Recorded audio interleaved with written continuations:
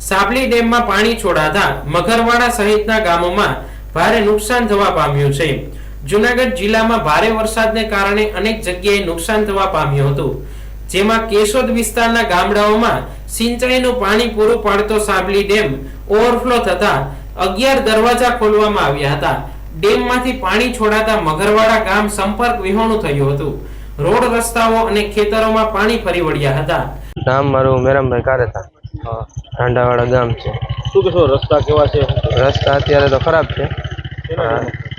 આ પાણી આવ્યું, ખોરાહાનો ડેમ ઓવરફ્લો થઈ ગયો સાબલી ડેમ, એના લીધે। કેવી પરિસ્થિતિ હતી અહીંયા? પરિસ્થિતિ પહેલા બહુ સારી હતી, પણ અત્યારે ખરાબ થઈ ગઈ છે આ પાણીના લીધે।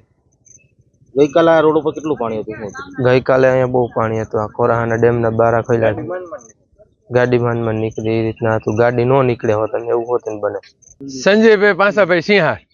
શું કહે સંજીવભાઈ, આપણે કેવી પરિસ્થિતિ હતી અહીંયા? બહુ હતી, ક્યાંય ઉતરાય એમ નહોતું, પોઝિશન નબળી, ગામ આખું પેક હતું અને રોડ રસ્તા તૂટી ગયા હતા, પારા તૂટી ગયા હતા કે આડાવરું જવાતું નહોતું, વાંથી વાંક એટલું પાણી હતું। જમીન ધોવાણ થઈ ગયા છે, પારા તૂટી ગયા છે, એ રીતે બધે નુકસાની। મગફળી બધું તણાઈ ગયું છે, કોઈની નુકસાની થઈ ગઈ છે, એમ પારા તૂટી ગયા।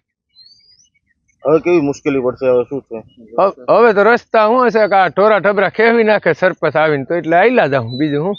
પાણીના પ્રવાહમાં અનેક રોડ રસ્તાઓ ધોવાઈ ગયા હતા। ખેતરોમાં વાવેતર કરાયેલ પાક પાણીમાં ધોવાઈ ગયો હતો। ખેડૂતોને ભારે આર્થિક નુકસાન થવા પામતા ચિંતિત જોવા મળ્યા હતા। રોડ રસ્તાઓ પર પસાર થતા વાહન ચાલકોને અવર જવરમાં ભારે મુશ્કેલીનો સામનો કરવો પડી રહ્યો છે। ખેડૂતો અને સ્થાનિકોની રોડ રસ્તા તાત્કાલિક રિપેર કરવા માંગ છે। મારું નામ આશીષભાઈ એરભા, ગામ મગરવાડા।